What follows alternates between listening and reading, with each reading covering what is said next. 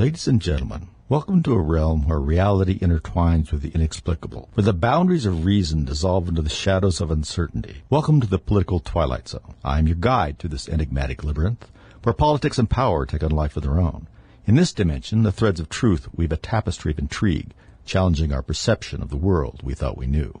In this world, nothing is as it seems, and the truth lies buried beneath layers of deceit. Prepare to venture where reason meets the unexplained, and where the unexplained might just be revealed. Hi, everybody. Welcome back this weekend to our ever-evolving democracy, or republic, as I like to think of it.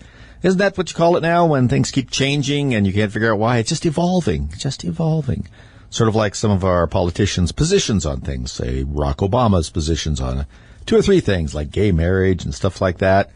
You know, he's evolved, I guess. It's sort of like, growing an extra finger, or maybe having 6 toes. I don't know. But, yes, this evolving thing. Welcome back. We appreciate it.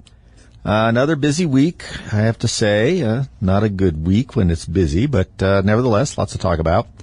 I wanted to talk about this week. Oh, by the way, I'm Rick Wagner. I'm right here on KNZZ and KGLN. We're at 1100, 92.7. Oh, that 980 and 101.3. And then, of course, we're on the internet and the podcasting after this that we keep after the show, and the ships at sea, as all of you know. We value our nautical friends out there listening in. But here's the thing I wanted to talk about. The rule of law. Doesn't that sound great? The rule of law. That sounds it's a very high-minded concept, isn't it? It sort of should be floating above the Acropolis, perhaps. And our friends on the left love to use it now. I hear this, the rule of law, that and the no one's above the law. Well, of course, that's ridiculous, because we see people that apparently are above the law all the time.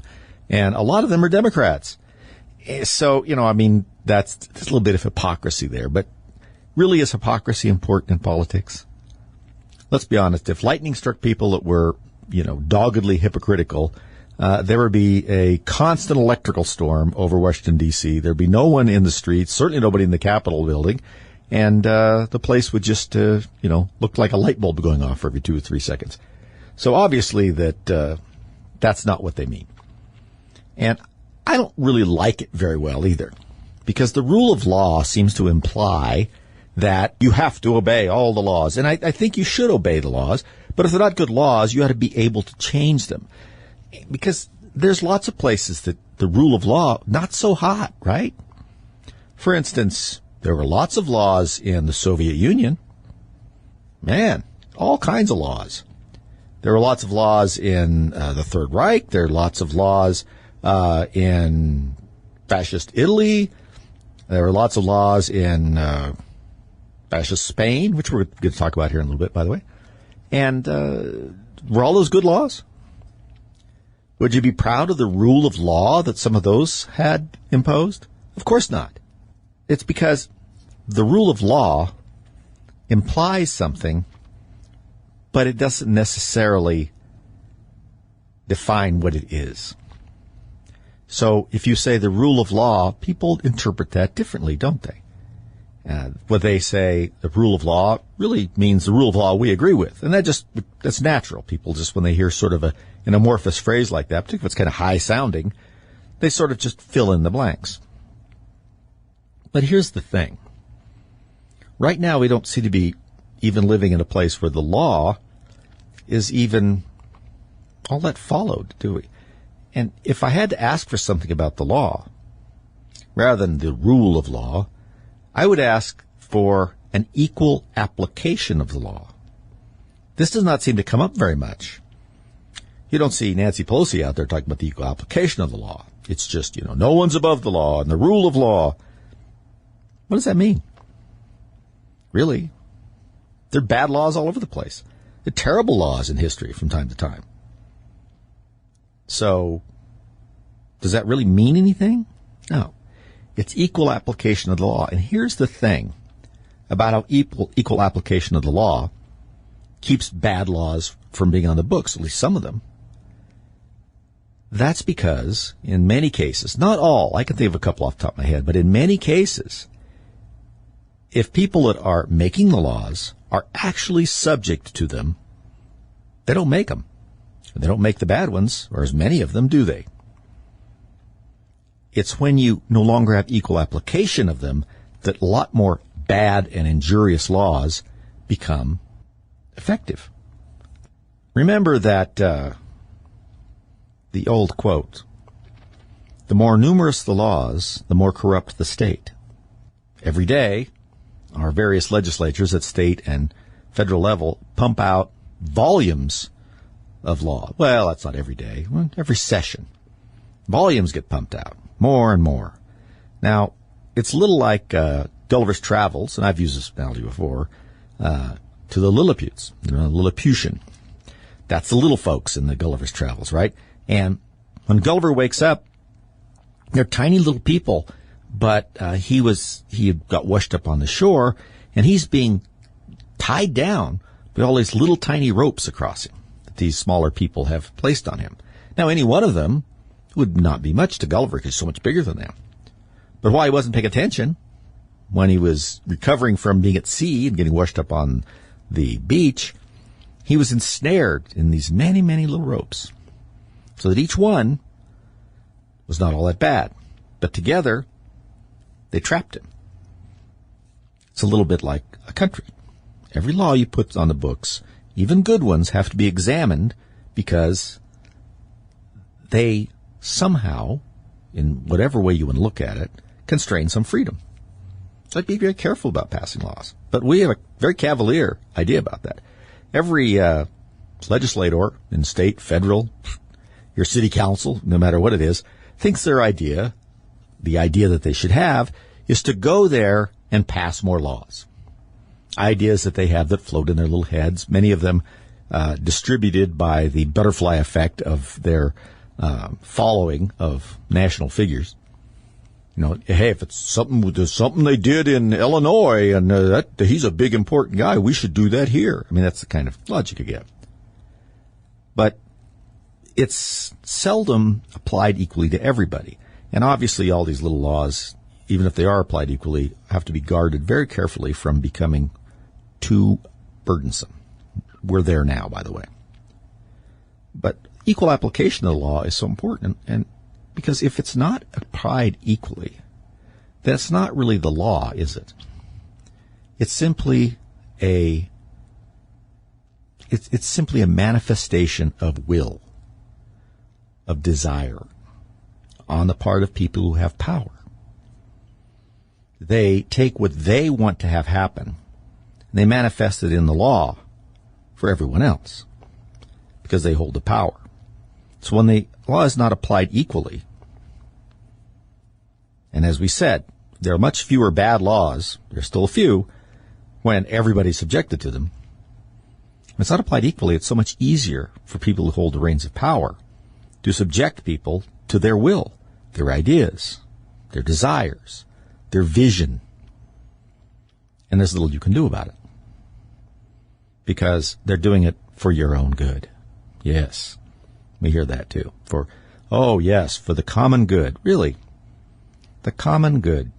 How does that affect you? We all know Congress in the United States exempts themselves from many of their laws.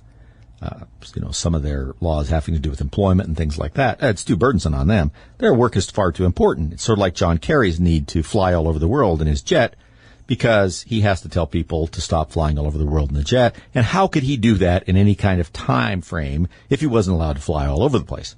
I mean, that's literally the logic that he comes up with, which at its root is simply, I'm too important to have to obey that. That's, but for me, the deluge, right? And that's the self-important thing. And that's why you don't have the application of the law. But always remember that the Constitution guarantees us that kind of stuff. The 14th Amendment, was passed after the Civil War and was originally intended to protect the slaves, guarantees that no state shall deny any person equal protection of the laws. And the Fifth Amendment says that no person shall be deprived of life, liberty, or property without due process of law. All of these have been interpreted to mean an equal application of the law. And I don't mean interpreted this year or this, I mean from the beginning. We've struggled with that, sure, but that's what that means. And it's not just a legal concept. It is a societal and cultural concept that we have to adhere to. Otherwise, fairness is just gone. Right back. Hey, everybody, thanks for sticking with us here. Still Rick Widener getting it right here. You're political Viking out there trying to disrupt as much as possible so that we can get a word in edgewise, huh? So I do appreciate your listenership, by the way. I always like to point that out because I'm very privileged to be able to talk to all of you out there, and it makes my week every time I'm able to do it. So thank you for allowing me to be there with you. But I wanted to be a little more clear about what I was talking about the last segment about this rule of law thing and the equal application of the law. It's so easy to have this jingoism, I think they call it. You know, it's probably not exactly what that is, where you just hear the same phrase over and over again. And, you know, we hear so much this with the Trump stuff. Oh, no one's above the law. Well, of course, you know, that's ridiculous. We see, you know, Democrats, particularly right now, that are apparently not above the law. They're just above investigation. The law doesn't even get to them. So I guess maybe that's true. I don't know. But yeah, so we see what this weaponization, as they're liking to call it, on the Republican side, you know, the committee on the weaponization of these guys. Here's the thing about that is the law, as it's applied in the criminal sense, is in and of itself a weapon, isn't it? I mean, it doesn't have to be weaponized. It is a weapon against crime. It's be used against crime. It's what you deploy to prevent crime, deploy the law and the enforcement of the law. So you don't have to weaponize anything. It's not how you change it. It's how you use it. So once again, we get into the application of it. There's no weaponization going on here. The law, criminal side especially, is in of itself a weapon against crime. It's just who decides what crime is. And that's part of the problem. The biggest part of the problem. Apparently, crime is, for the most part, much more heinous if found to be in the hands of someone who's a Republican or a conservative or looks like they might win an election and are not a Democrat. That's what it looks like. Do I think it's that bad? Not quite. But it's pretty bad. I mean, they're not even pretending anymore, my friends. They're not even pretending. And it doesn't seem to bother them. It doesn't seem to bother lots of people. And it should. Because, as we like to say, in sort of attenuated form, if nobody complains when they come for somebody you don't like and are being unfair, who's going to complain when they come for you? That's one of the reasons we have to sustain things that maybe we find odious, right? Free speech, for instance, is not in place as a bulwark in the Constitution for speech that you like, or speech that you agree with, or that someone else doesn't like or doesn't agree with. The purpose of it, so speech can be heard and people can engage in debate, right? And if you don't have that debate, then the whole idea of the social contract falls apart. Remember, the social contract is what we're all under here, the kind of government we have. The government we have is supposed to protect our natural rights. And in America, I wrote something on this on the website, government is a voluntary association, right, of individuals, citizens in this situation, who give up some of their personal freedoms, the right to solve problems on their own, and they give them up to the government that they create in exchange for order and protection from crime and the behavior of others that is injurious to them. If you don't understand that, there's a real problem. If you think that it's coming from someplace else, your high-mindedness, your superiority over your fellow people, if you think it's coming from that, if you think the ability to control your government comes from that kind of thing, you're just one step away from the divine right of kings anyway. I mean, you think you're just special. You know, my mama thinks I'm special, so I must be able to run everything. I don't need to have the consent of the governed. I'm special. There's really not too many steps away from that to get to the Hillary Clintons and people like that. Barack Obama's, Joe Biden, if he could possibly think about it, which I think is, he probably never could think that clearly, and he certainly isn't now. Without the ability to discuss these things in the free speech arena, we aren't able to clarify people's positions. We're not able to hold the government responsible. We're not able to get the word out about things we think or we've discovered. people to tell us that, they agree or that they disagree.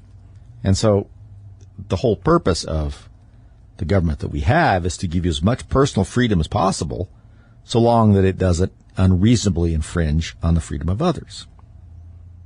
Remember, and I've said this before, but not for a while, Barack Obama was sort of right. Remember when he was running the first time, when he said that, the Constitution is made up of negative liberties.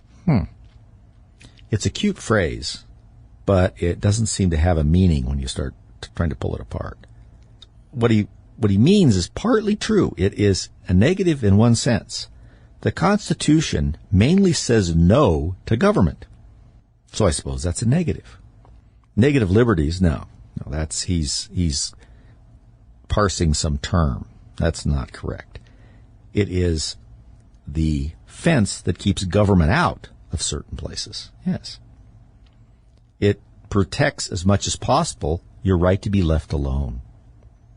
Right not to have people search your house without going through some process. The right to have people not tell you to shut up just because they don't like what you have to say. You're also your right, like we've been talking about, to be treated equally under the law. That some neighbor that is more on the political spectrum, like the people enforcing the law, isn't treated differently than you. All of these things are protected by the Constitution. The Constitution does not grant you rights. The Constitution protects the rights that you have as a natural person and citizen and a human being. And it attempts to fence out government from these areas. The Constitution doesn't give you the right to do things. It prevents the government from stopping you from doing things. So I don't like people to say, the Constitution gives me the right. No, you have that right. The Constitution, if it discusses it, usually is trying to rein in or create some sort of process before government could interfere with that right. It's not as subtle a thing as it seems. When you consider the Constitution is written to prevent things from happening that the framers knew were problems. They would let people live as freely as possible, not dictate how they lived, just keep government out of it as much as possible so that the wheels didn't come off when the inevitable people who can't live within any boundaries of civilized society act up. So the government can still get at those, but they have to go through some processes, and all of those have to be with the consent of the governed. So there you go. Okay, let's talk about, I got a bunch of things to talk about here. I'm going to save this thing here that I'm thinking about for later. I wanted to say how difficult it is now to get good information that's got a fresh perspective on it. I really think about that when I'm trying to prepare for the show. Try and think about it so I'm just not echoing what everybody else says. I mean, at some point you have to, because there are people out there that are very bright, smarter than me, that say things that are true, and you have to in some way repeat them because they're true and they are truisms. So they're everywhere. You have to keep pointing them out to remind people who would like to ignore them. So finding voices that are creative and see things from a different perspective that can make you think and help you expand your own ideas, myself included, is pretty hard to do. And I think that's one of the reasons that Fox News is having so much trouble after Tucker Carlson. It's because, for the most part, they've now removed everybody that has a whole lot in the way of thoughtful discourse from some of their hosting. Not that people are bad. Like Laura Ingraham. Sean Hannity's got them things to say, but sometimes he says them over and over and over again. And I enjoy Gutfeld.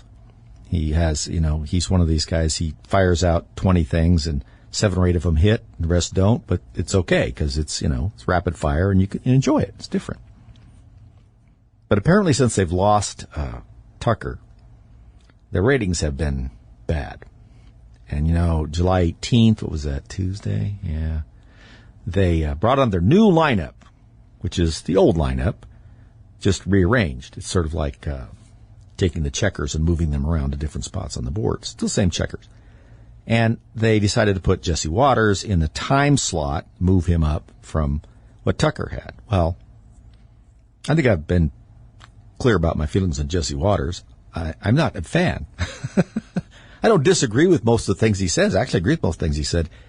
He's just too smug for me. It sounds terrible when I say it out loud. And so I watch it a little bit, but Tucker I never used to miss if I had an opportunity. Laura Ingraham, fine. I had her on our radio station when we had a talk radio station years ago. I think we were like the second or third station to put her on, and lucky to get her.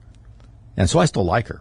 But where's the intuition? Where's the different perspective? Where's the looking at it and seeing it a little differently and talking about it, or bringing in something different into it? That's what Tucker did. You don't have to agree with it. These people are hard to find.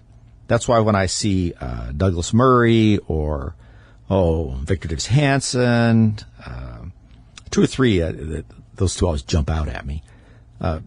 Pop up as a guest, I always listen to it because, and then when it goes away, you realize, boy, I really like that. Okay, folks, thanks for sticking around. Rick Wagner here, still getting it right out here as the political Viking, disrupting as much as possible. Yes, I am. And I was thinking, while we were on the sort of the free speech discussion, how many of you got to see some or excerpts probably from Robert Kennedy Jr.'s little soiree in front of the House Committee on Censorship? I'm sorry to laugh. There's a bizarre irony to watch a hearing on censorship, government censorship, and watch every Democrat on the panel try and shut down the hearing and censor what RFK Jr. is saying.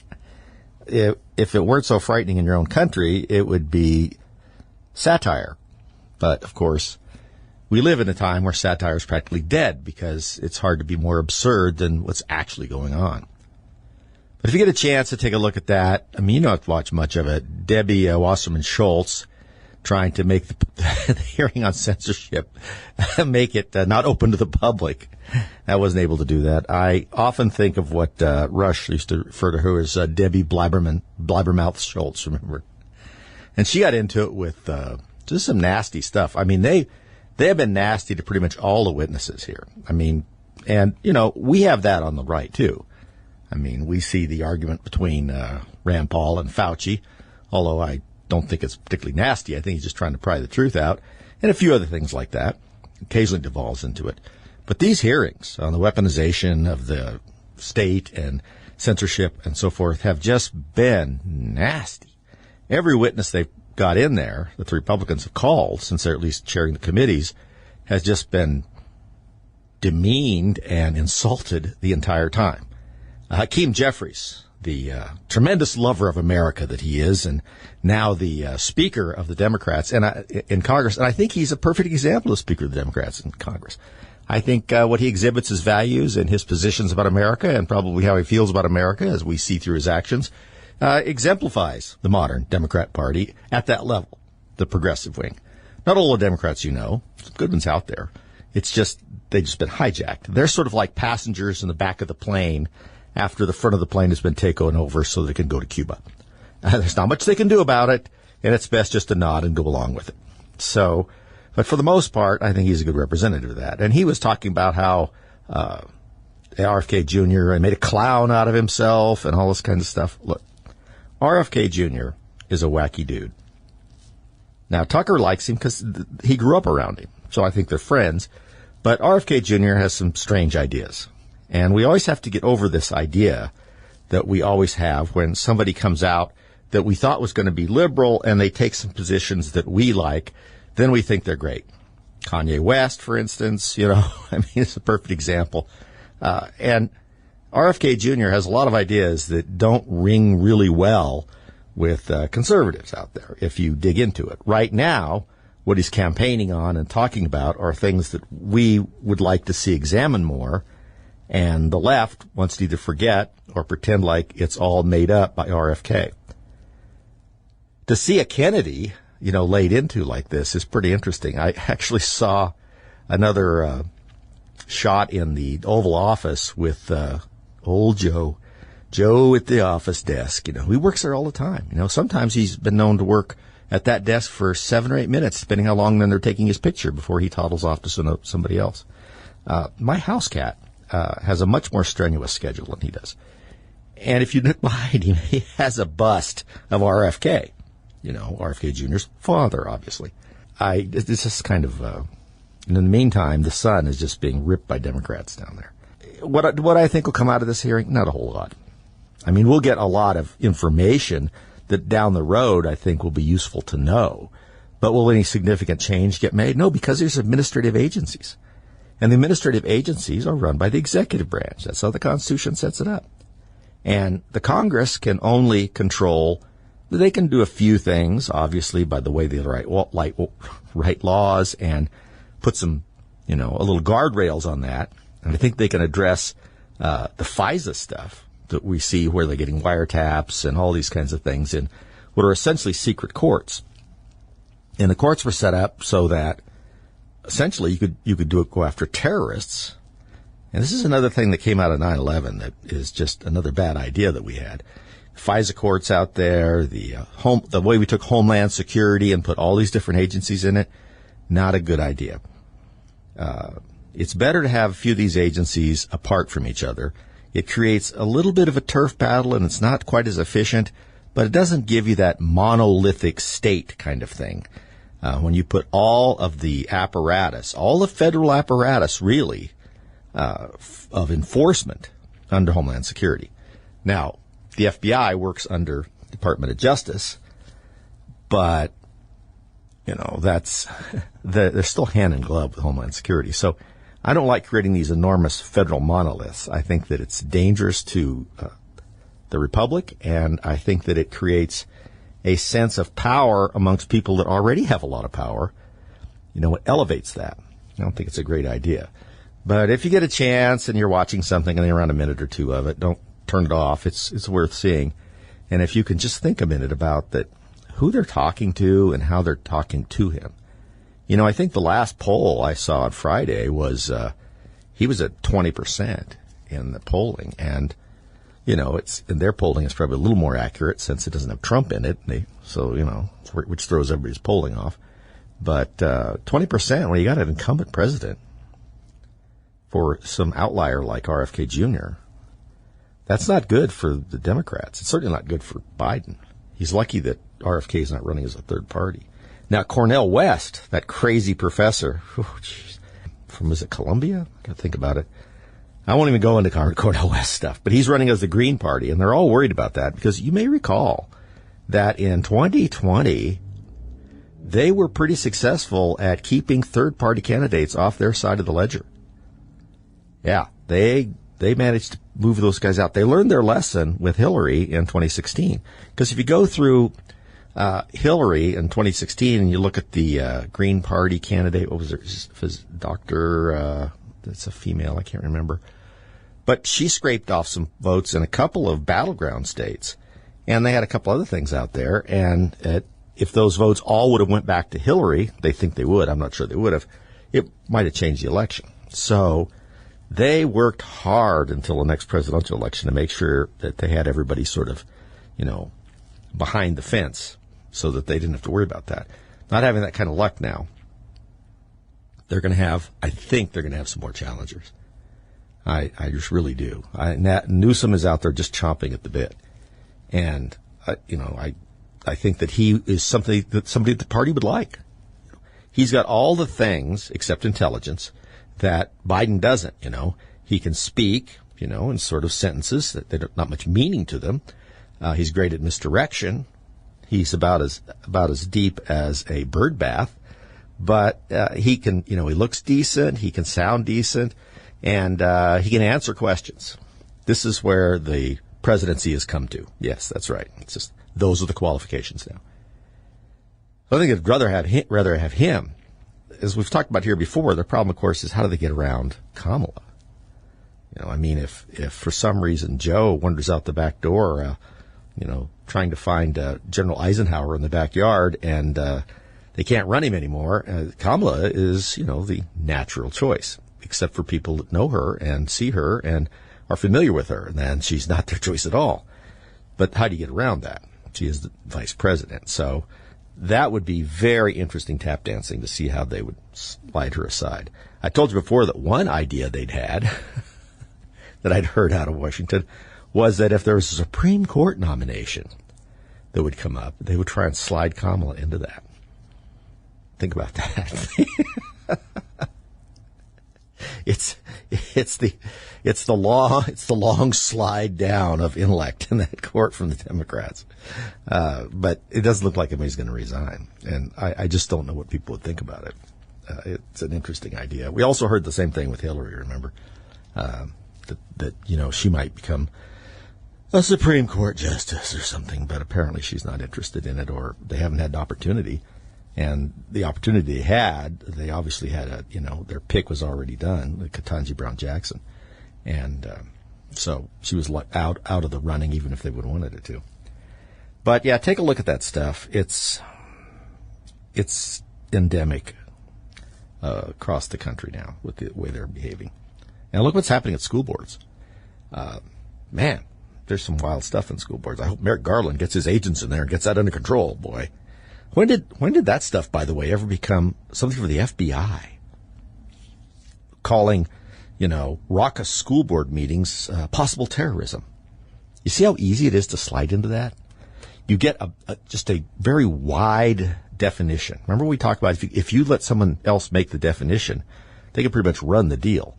And so you get a wide enough definition about terrorism to where you can pretty much have any threatening behavior or any, shouting even, that could be interpreted as threatening behavior to an official body, and all of a sudden it could be terrorism, and it becomes a federal problem. And they apparently have so many resources that they can spend time doing that. In the meantime, crime is completely out of control in the big cities. I mean, if you watch the news at night, you can watch Fox or whatever you want to watch, unless you want to watch the ABC stations, the alphabet ones, you'll just see stuff that just shocks you. And if you read the papers, particularly if you read the New York Post or some of these others that try and give an actual look at what's going on, you wonder if it can come back. It can come back. Trust me, it can come back. But it's going to take somebody with a lot more grit than what they have now. But I wanted to talk about something else, too, because I wanted to talk about the Ukraine a little bit here. Because, of course, we saw that NATO conference where Zelensky was just all wound up in his little bad self because he thought they were just going to, make him part of NATO right there, I guess. And they didn't, and even the United States was a little leery about it. And it's certainly not the right time, according to us, and I don't think there is a right time for Ukraine.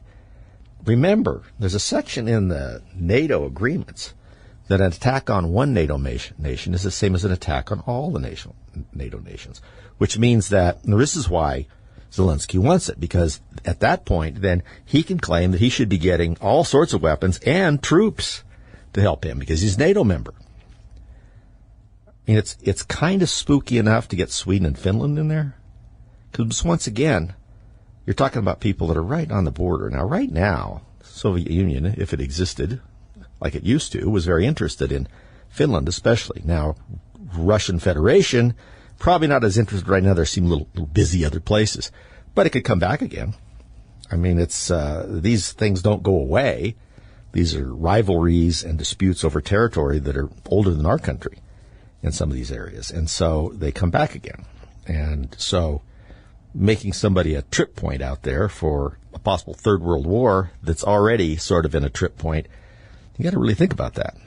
Well, and of course this week you guys heard about all these records from Burisma. Remember Burisma, the gas pipeline group in Ukraine that needed Hunter Biden because of his vast experience in that, and then paying all this money to him. And of course now they have a informant that was recording a conversation with one of their executives that talks about giving money to Hunter and giving money, to the big guy essentially and stuff.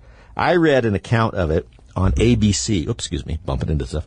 On ABC, and I couldn't tell you how many times the word unverified appeared in the ABC story. Unverified informant, unverified information, well, we should hire you because as far as I can tell, ABC, NBC, and CBS have, and certainly the New York Times, are the kings of unverified information. So if we wanted to find out if that's what it was, I guess you're the people to identify it because you're kind of experts in it. But what's funny about it was they said he had to get the money to Hunter for protection, essentially, and that Hunter was dumber than his dog. And yet, he's the smartest man Joe knows, which may be true. So that was kind of funny all by itself. But, one of the things that I wanted to bring up, because we're going to weave a little history in here, because I think it's very illuminating, about what's happening to Ukraine, is this has become a proxy war that is being fought with a lot of now cutting-edge weapons from both sides. Certainly our stuff, our technological stuff, and the Germans to some extent, and certainly the French and the British have been sending more and more sophisticated stuff over there. They may want to think a little bit about the Spanish Civil War. And a lot of you guys know about it, but it just sort of something that happened. You know a whole lot about it. And the Spanish Civil War ran from 36 to 39. And it was a testing ground for World War II's weaponry and tactics because the Axis powers, or the future Axis powers, were heavily involved in that, and to some extent so were the future allies. And the nationalists, by the way, were led by, of course, Generalissimo Francisco Franco. And they were seeking to overthrow Spain's Republican government, they would call that, which wasn't a great government either. And they received all the support from Italy, from Benito Mussolini, from Nazi Germany at the time. And they thought that the Spanish Civil War, of course, because Francisco Franco was vaguely fascist, not quite as to the extent these guys were. But they saw an opportunity to combat the spread of communism, because really what they're saying is the nationalists on one side were leaning more towards fascism, and the government in place was leaning a little more towards communism. And so they thought that was okay. But what they were really interested in was to test their military capabilities and tactics without actually being in a full-scale war. And so the German Luftwaffe used this war to perfect their air warfare techniques and bombing, for instance, and some of their bomb sites and stuff like that. And they did it. They bombed a Basque town up there, Guernica, I think is what it is. And the destructive power air bombardment hadn't really been seen before with all of these new weapons and bombers. And this was really an opportunity for them to see how terrifically bad that was. Italy sent a number of troops and tanks and other military hardware, and it sort of demonstrated the ways for them to fine-tune their military operations, which they would use in their tactics in World War II. Obviously, they weren't used quite as well in the Italians, but the Germans took full advantage of that, plus sending firearms and all these things that they were testing, see everything worked. And the Republican side was not getting as much, but they were still getting pretty significant support from the Soviet Union, and there was support coming in from people in the Western democracies like Britain and France.